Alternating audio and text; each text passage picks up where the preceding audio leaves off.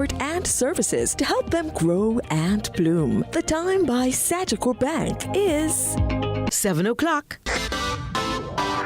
Every dream conquered is another dream gained. I land and I fly again like a jet plane. Headed straight in your direction. 'Cause I'm wiser, one step closer. I'm winning 'cause I work so hard. And the music keeps on playing, and the people never say we are march up the night.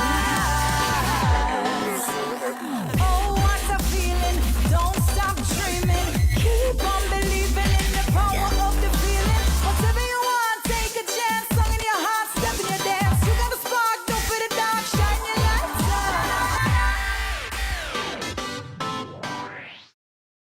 Let's delve deep into the issues.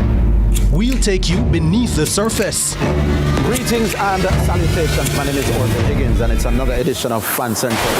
Talking to the people at the heart of the top sporting stories.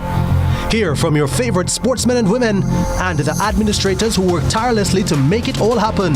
It's live sports talk. I've written an entire article. Yes. Looking at all the major issues every Tuesday at 9 p.m. It's Fan Central.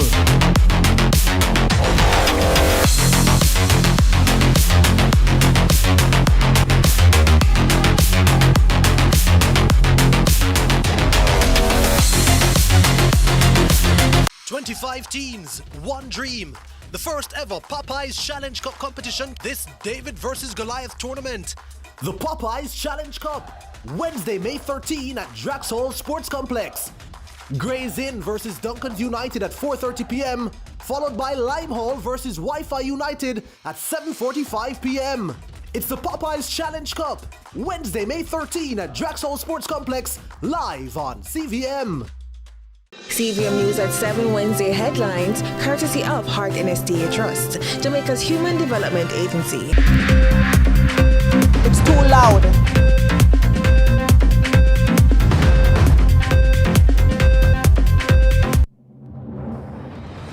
Tonight in CVM News at 7, audit alarm. Billions in post-Melissa relief donations remain undisbursed. Community impact. Project Star's trajectory after 4 years. And Hugh Hart commemorated as a legal stalwart. Later in sports, Falmouth United opened Popeye's Challenge Cup with win.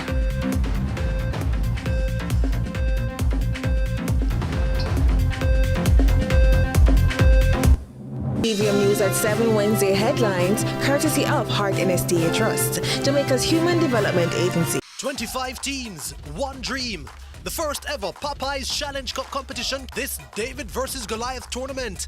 The Popeye's Challenge Cup, Wednesday, May 13 at Draxhall Sports Complex. Gray's Inn versus Duncan's United at 4:30 p.m., followed by Limehall versus Wi-Fi United at 7:45 p.m. It's the Popeye's Challenge Cup, Wednesday, May 13 at Draxhall Sports Complex, live on CVM. CVM News at 7 Wednesday, courtesy of. Seize the next IPO opportunity seamlessly with the Sagicor e-Invest.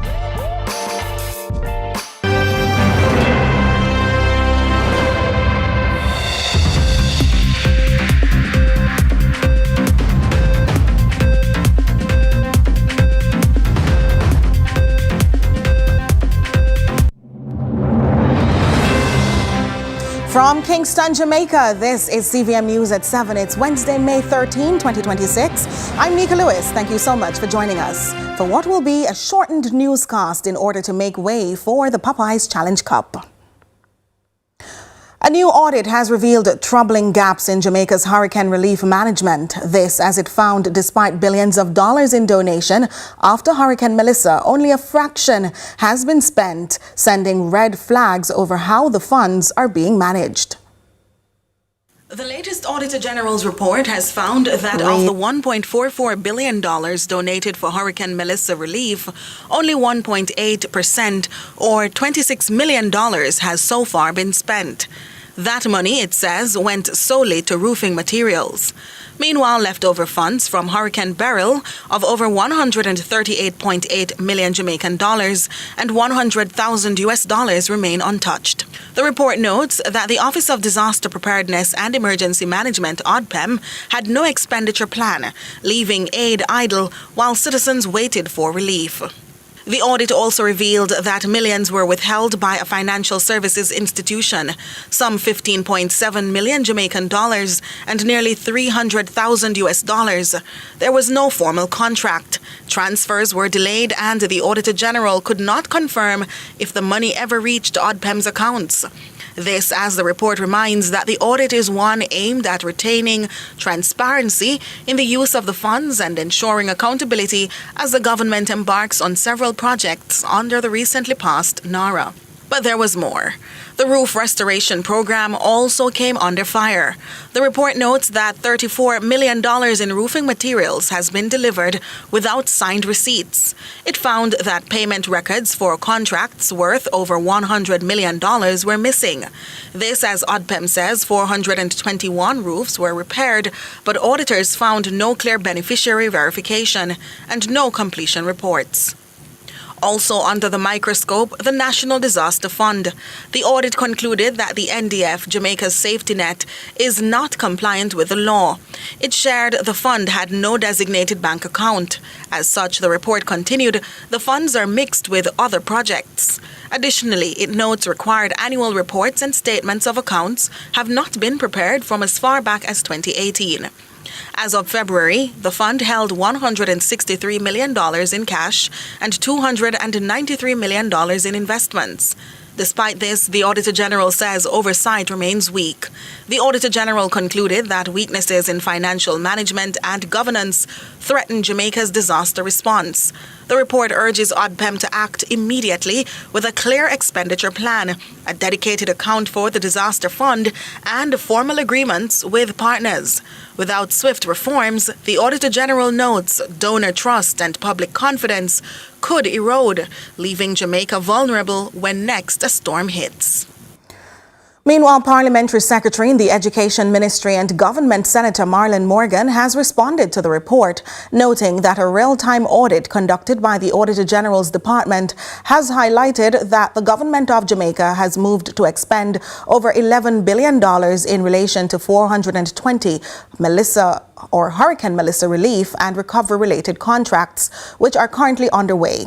Senator Morgan says the real-time audit is a useful tool from the point of view of information and accountability.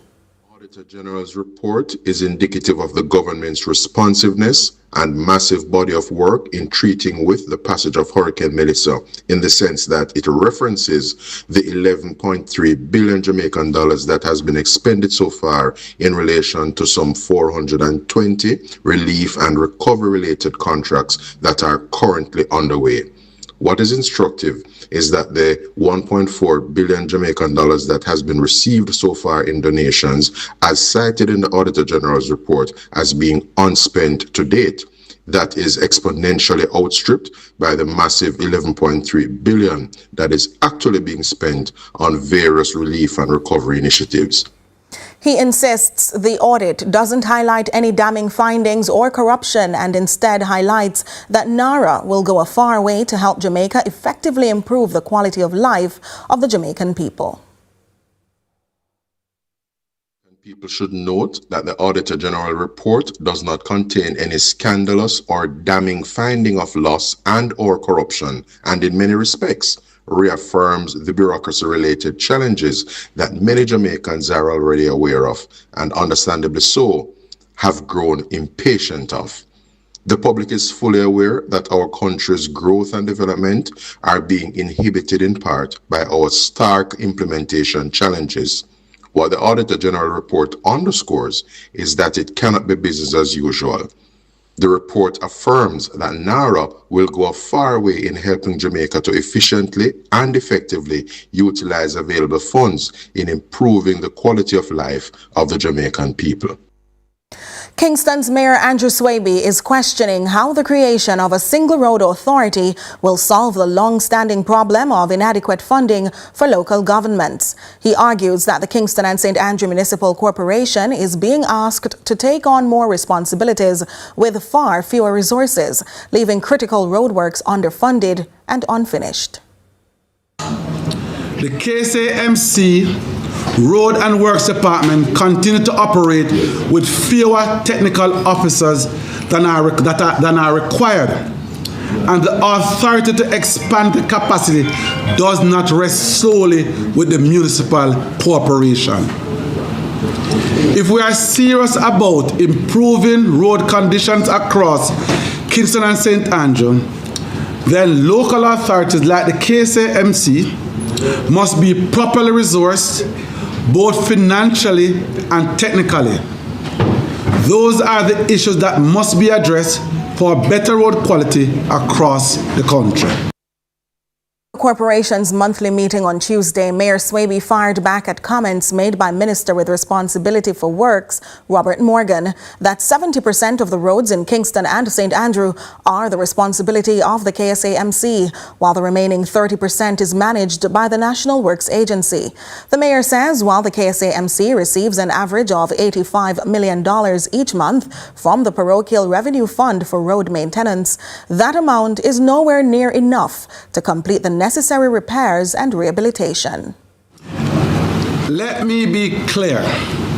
There are weaknesses within the local authorities with respect to the maintenance of our roads, and I will not pretend otherwise. But the question is, why do so many parochial roads remain below the standard people deserve? The answer is not lack of effort or concern. The answer is inadequate resources. That is certainly the case where the KSAMC is concerned. Parliament has commenced a major review of the rules governing the House of Representatives. The Standing Orders Committee Tuesday began examining a draft revamp of the procedures used to run House business. Kevin Black has the details. Jamaica's Parliament is moving ahead with a major review of the House of Representatives Standing Orders, the rules that govern how the House operates. Members of the Standing Orders Committee met Tuesday to discuss a draft restructuring of the rules aimed at making them more modern, organized, and user-friendly. House Speaker Juliet Holness says the review is not about overhauling the entire system, but improving how the rules are arranged and applied. The standing orders have not changed significantly, but the way they're organized has changed. That's really what it is. This new revised format organizes the standing order into parts, and it's integrated into a single framework. The committee also agreed to consult members of both the government and opposition caucuses before final changes are made. Opposition member Marlene Malahou-Fort commended the approach, saying a working draft gives members a better opportunity to review the proposed changes thoroughly. Coming to a committee with a draft for consideration is truly a best practice. I would only want to commend for the committee's deliberation some of the issues that have arisen in the Parliament with which we are now familiar and which have posed some complexity. Kevin Black reporting for CVM News. Member of Parliament for St. Andrew Western, Anthony Hilton, is this evening questioning the overlap between the country's leadership code of conduct and the political code of conduct following Wednesday's Ethics Committee meeting. Mr. Hilton says at the last meeting, the member involved in the Jack Den controversy was asked to reappear before the committee for further questions, and his stance from then is still the same now. The position I took then, and I'm of the view, is that the matter, having come before the committee, the House, both houses having addressed the matter. I don't think it's a matter that both houses address. It's an exemption for the House of Representatives. It's just for the House. It was just for the House. The House had passed a resolution that the matter, of the status of the matter is that it is functus officio in respect of this committee, meaning that the committee no longer had jurisdiction over the matter. CVM News at 7 continues in a moment.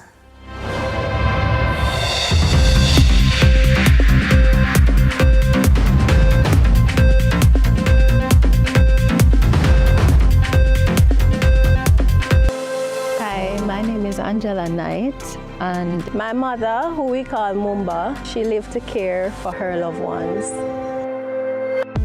So my mom, she has 8 children. She was also a single mother, and even though life was hard at some point, she never gave up. My mother found out that she was sick when she went into the hospital. The pain was so severe on her that they rushed her to A&E, and that's where they started to run tests, and that showed that it was eventually cancer, and from there, everything just went down. So I'm grateful for the decision to take out the Sagicor insurance policy, because my mom was in the process of building her house, and that's where we are going to put the money to carry on our legacy.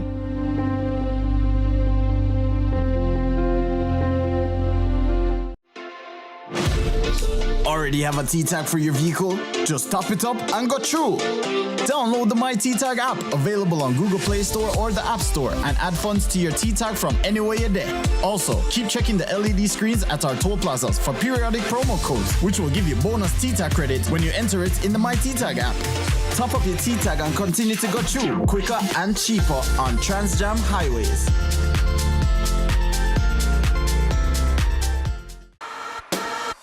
This is Flow, Jamaica's fastest mobile network, as verified by Ookla. It's the result of a complete network rebuild, with more power backup to reduce outages and satellite backup for greater mobile stability. You can even make regular calls using Wi-Fi. Welcome to our new era of connectivity, and we're not stopping there. This is Flow, Jamaica's network. Employers, once a month, you have the power to shape Jamaica's future. By paying your hard 3% contribution, you're not just contributing, you're investing in people, in skills, in our economy. Your hard contribution trains working-age Jamaicans, aligns programs with workforce needs, and secures our future. That's not just contribution, it's transformation. Contribute to heart and to your future.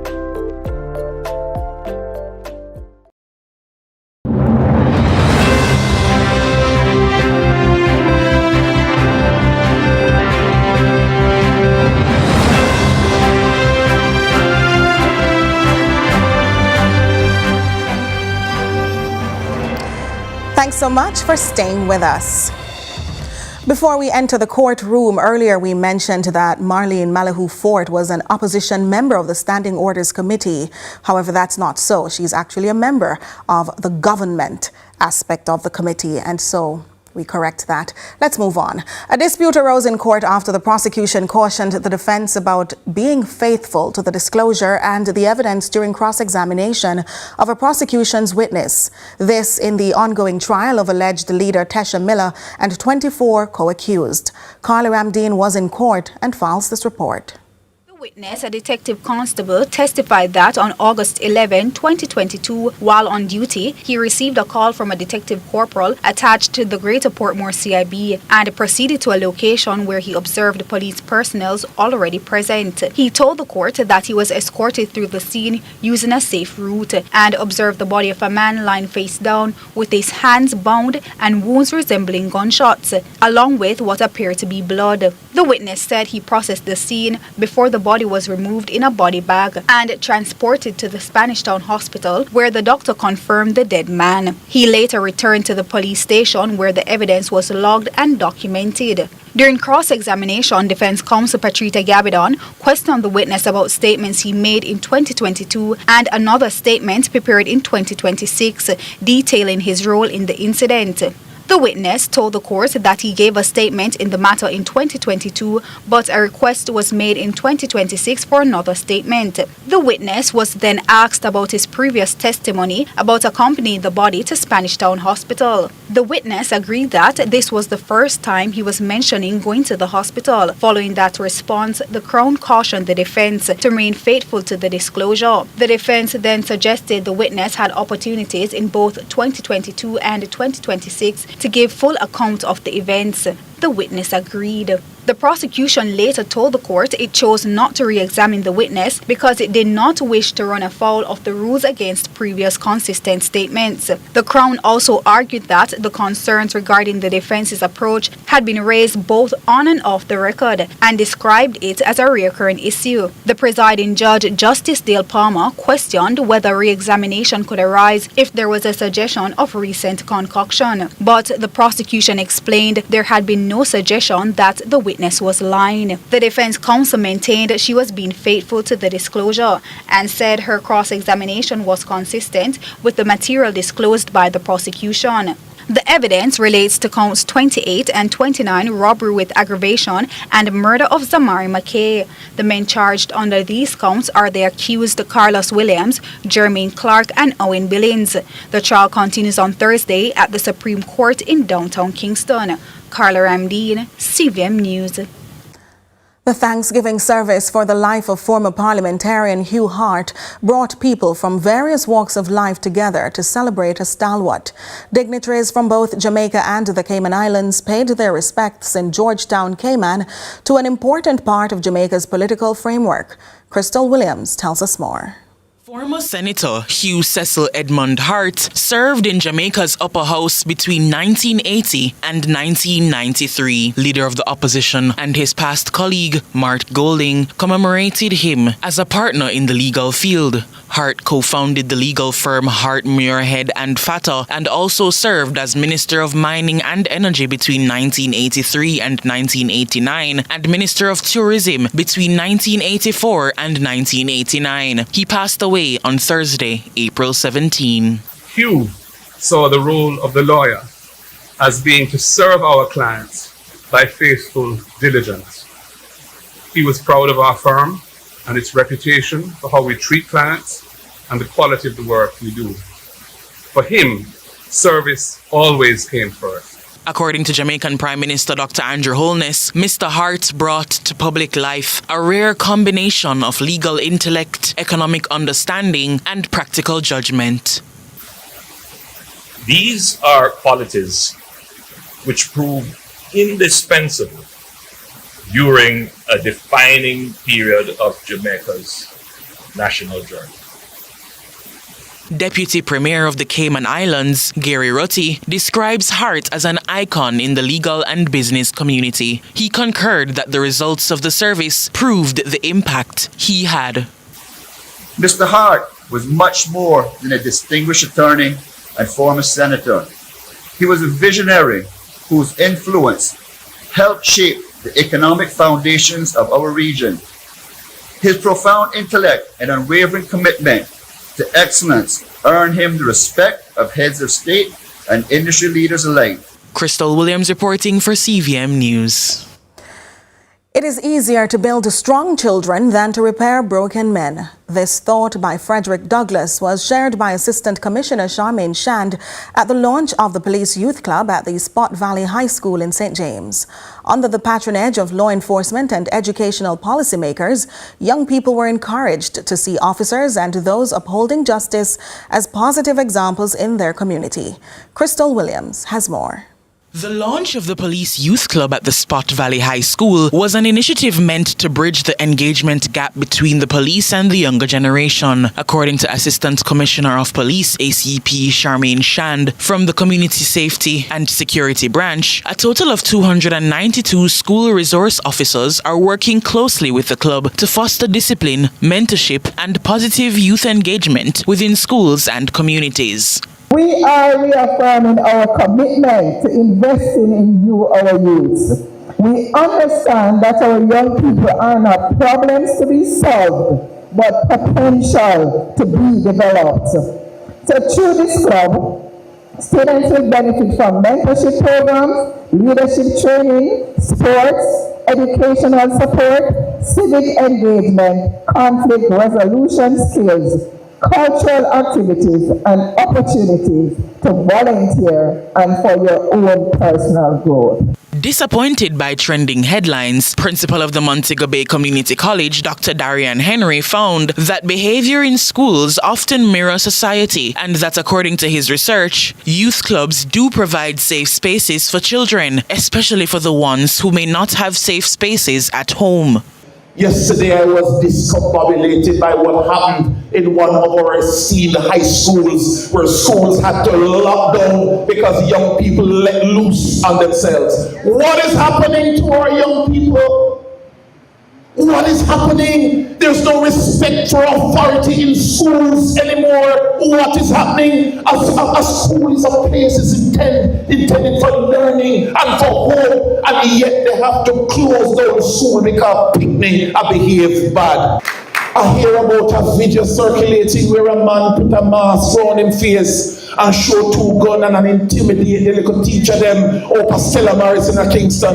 When did we come to this? Last year, Jamaica celebrated a significant reduction in crime, especially murders. But does the country have the capacity to sustain this reduction and possibly go lower? Director of Safety and Security in the Ministry of Education, Richard Troop, says the launch of this initiative will be a part of that objective. We are building trust between young people and our law enforcement officers, especially our boys. We are opening opportunities for them to see law enforcement agent organizations as a career path to be pursued. Not because they struggle to find a job, but they see the police force as a beacon of hope. Krystol Williams reporting for CVM News. Meanwhile, Commanding Officer for the St. James Police Division, Senior Superintendent Eron Samuels, is calling on the public to play their part in reducing violent crimes stemming from interpersonal relationships. This comes as the parish recorded the highest murder rate so far this year. Hugh Hart tells us more. Another female, another murder. The sad reality hitting home for many Montegonians. Since late April into early May, female murders are rising at an alarming rate. Senior Superintendent of Police and Commanding Officer for the St. James Police Division, Eron Samuels, says the Jamaica Constabulary Force is appalled by the climbing murder rate that is stemming from interpersonal relations. So many of our incidents of late have involved women. One that we can draw close attention to is the incident involving Melissa Sabnat, the American national who was married to a Jamaican, Mr. Dane Watson, who is a person of interest in her murder.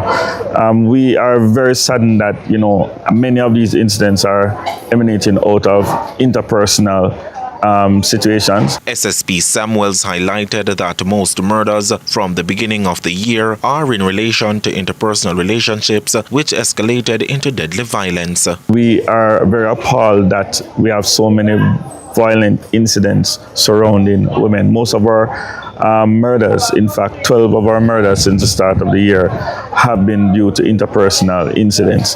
And we want to appeal to the residents of St. James, when you have or hear about these situations that are interpersonal in nature, maybe domestic violence, maybe just in one-on-one persons having their disputes, let us know so that we can intervene to try and avoid any of these incidents evolving into murder. He also mentioned that the police have been making significant progress in several of these cases, with one suspect already in custody. Several of our incidents, we have made some significant breakthroughs. The incident that occurred in Catherine Hall, the person is in custody. He has been charged with the murder of the young lady. For Melissa Samnat, we are making some great progress in that investigation, and the husband, Mr. Dane Watson, is a person of interest. We are actively looking for him, and we are appealing to the public to help us in finding him. He is said to be in and around the Montego Bay to St. Ann area, and we are hoping that with the assistance of the public, we can find him very quickly. Statistics from the JCF have shown that 4 women have been brutally murdered, 3 of which are reportedly related to intimate partner violence. As these numbers continue to climb, St. James remains the parish with the highest murder rate so far this year. Hugh Hart for CVM News. We have your sports on the other side of this break.